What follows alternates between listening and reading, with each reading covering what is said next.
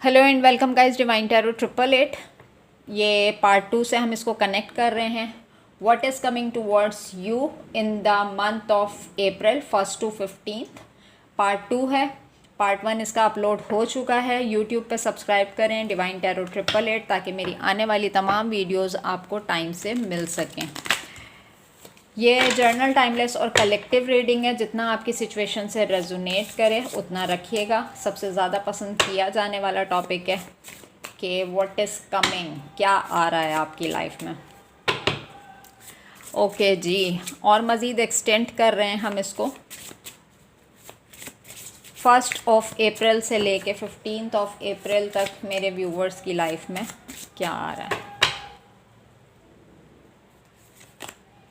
Great Fortune, marriage, coffin, mature women, pathway, change, court house. 1 और 15 अप्रैल की अगर हम बात करते हैं, आई थिंक कि आप लोगों ने कुछ टाइम पहले सेल्फ लव की प्रैक्टिसेस की हैं, कुछ मेडिटेशंस की हैं, जिनका आउटकम अब आके आपको मिलेगा। ऑलमोस्ट चीज़ें कंप्लीशन पर हैं, यानी कि जो टफ़ टाइम आपने गुजारा है अब कुदरत आपकी तरफ मेहरबान हो रही है। यानी कि ग्रेट फॉर्चून का कार्ड बताता है कि हर वो इंसान आपकी तरफ पलट कर आ रहा है जिसने आपसे अपने कॉर्ड्स कट किए थे, जिन्होंने आपको धोखा दिया था, जिन्होंने अपना हर पॉइंट ऑफ व्यू आपके ऊपर ना थोपने की कोशिश की थी, जिसे कहते हैं कि बस हमारी मानो, हमारी सुनो, हमारे कहने पे चलो। आपके पॉइंट ऑफ व्यू को कहीं भी नोटिस नहीं किया गया। बट कुछ ऐसे लोगों का लाइफ के अंदर आना कि शायद अब आपको उन रिश्तों की ज़रूरत भी नहीं रही थी। आप अपनी लाइफ में मगन हो गए थे। आपने अपनी तमाम रिलेशनशिप्स जो भी जिस भी कॉन्टेक्स्ट से आ रहे हैं, ये आप इन सबको कहीं पीछे छोड़ के आप आगे बढ़ गए थे।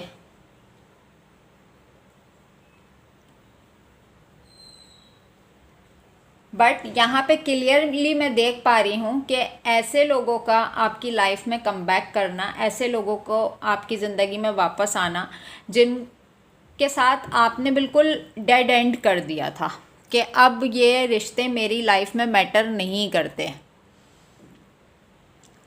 ये आपके मैरिज पार्टनर भी हो सकते हैं या आपके फैमिली मेम्बर्स भी हो सकते हैं। सम टाइम ऐसा होता है कि ज़रूरी नहीं है कि आप अपने मसलों के लिए थाना, कोर्ट, कचहरी जाएं। अक्सर ऐसा होता है कि घरों में अदालतें लग जाती हैं, घरों में फ़ैसले होना शुरू हो जाते हैं, घरों में जज भी बन जाते हैं, वकील भी बन जाते हैं। तो इस किस्म के कुछ मामला आप फेस करते हुए आए हैं, भले वो आपके मैरिज पॉइंट ऑफ व्यू से हो या आपके करेक्टर के हवाले से हो, XYZ। क्यों? क्योंकि यहाँ पे जब मैंने 2 डेक यूज़ किए हैं, यहाँ पे पाथवे का कार्ड आ रहा है कि आपने अपना पाथवे खुद डिसाइड किया है।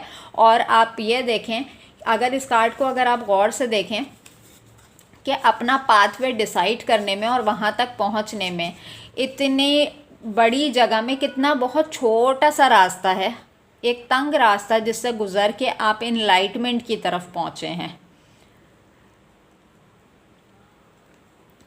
क्यों? क्योंकि आपके अंदर मेच्योरिटी थी। अब जाके किस्मत आपके ऊपर मेहरबान हो रही है। Number 26, number 3, number 19, number 6, number 35, number 9 and number 23।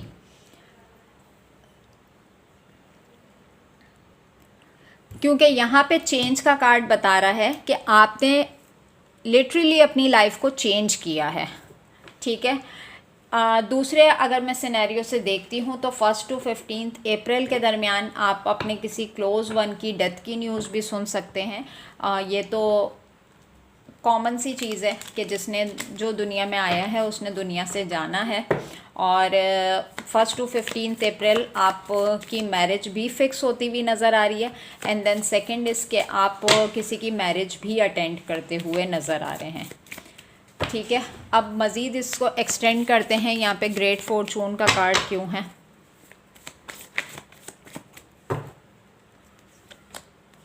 9 of wands, okay, page of cups, coffin, 6 of cups, mature women का कार्ड क्यों है, 8 of wands, S of swords, 10 of cups. Bottom deck में आ रहा है पेज ऑफ 7 ऑफ सोर्ड्स का card, great Fortune. यहाँ पे जब मैंने इसको क्लैरिफाई किया विद द 9 ऑफ वॉन्ड्स, किस्मत आपके ऊपर आके बहुत देर में मेहरबान हुई। इस चीज़ का आप काफ़ी टाइम से वेट कर रहे थे, जो चीज़ मुझे 1 और 15 अप्रैल आपकी तरफ आते हुए नज़र आ रही है। एक पास्ट लाइफ कनेक्शन, एक प्रपोज़ल, ठीक है। और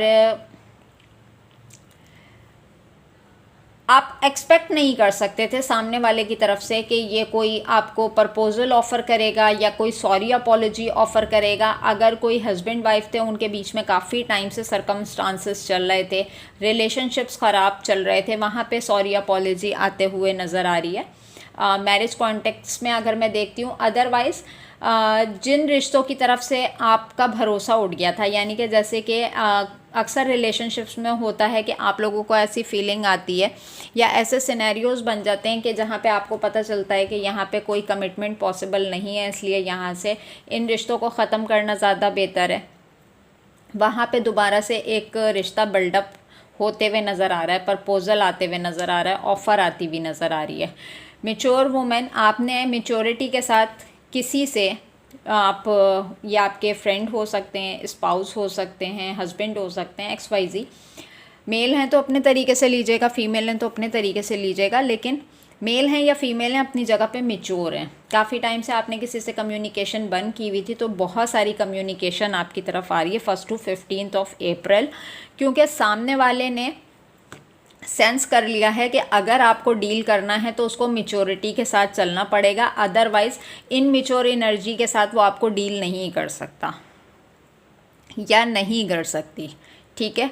और आपके लेवल तक आने के लिए उसका मैच्योर होना बहुत ज़रूरी है, क्योंकि जिस तरीके से यहाँ पे 7 ऑफ वॉन्ड्स का कार्ड था कि जिस तरीके से आपने गार्ड्स अप किए हुए हैं अपने, आप अपनी लाइफ में किसी को एंट्री नहीं दे रहे, तो ये चीज़ें ये इंसान सेंस कर चुका है, ठीक है।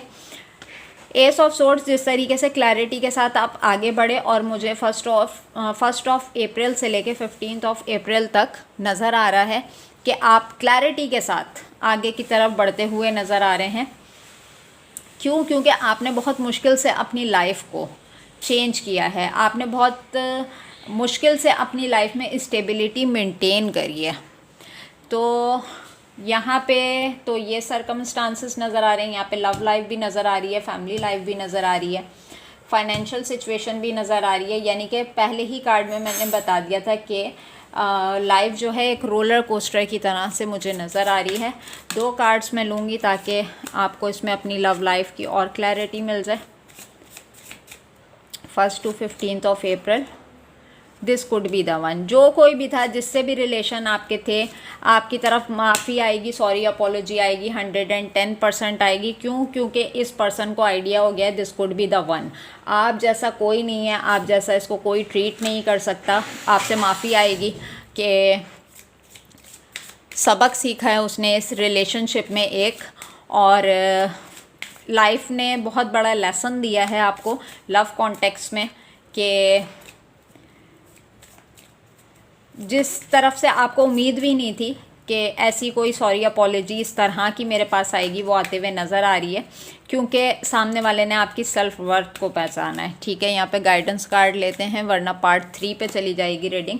कम्युनिकेशन इसकी, बहुत सारी कम्युनिकेशन आ रही है, बहुत सारी बातें होंगी आपकी, अब ये किसी भी कॉन्टेक्स्ट में हो सकती हैं। Conclusions are within reach, believe in the impossible. देखें, कुछ भी नामुमकिन नहीं है, ठीक है। और बहुत सारी कम्युनिकेशन आपके लिए आते हुए नज़र आ रही है। और अगर आप किसी से कम्युनिकेट करते हैं तो कंफ्यूज माइंड में नहीं करिएगा। अगर आपको कहीं पे शक है, कोई वहम है, तो उसको साइड पे रख के अपनी कम्युनिकेशंस को रखिएगा, तो बातों से ही मसलों के हल होते हैं, ठीक है। तो कोई भी चीज़ यहाँ पे नामुमकिन नहीं है, और बात करने से मसले हल करने से हल होते हैं, ठीक है। तो ये थी आपकी रीडिंग। मिलेंगे नेक्स्ट टॉपिक पे नेक्स्ट वीडियो के साथ। अपना बहुत ख्याल रखिएगा। Take care and bye.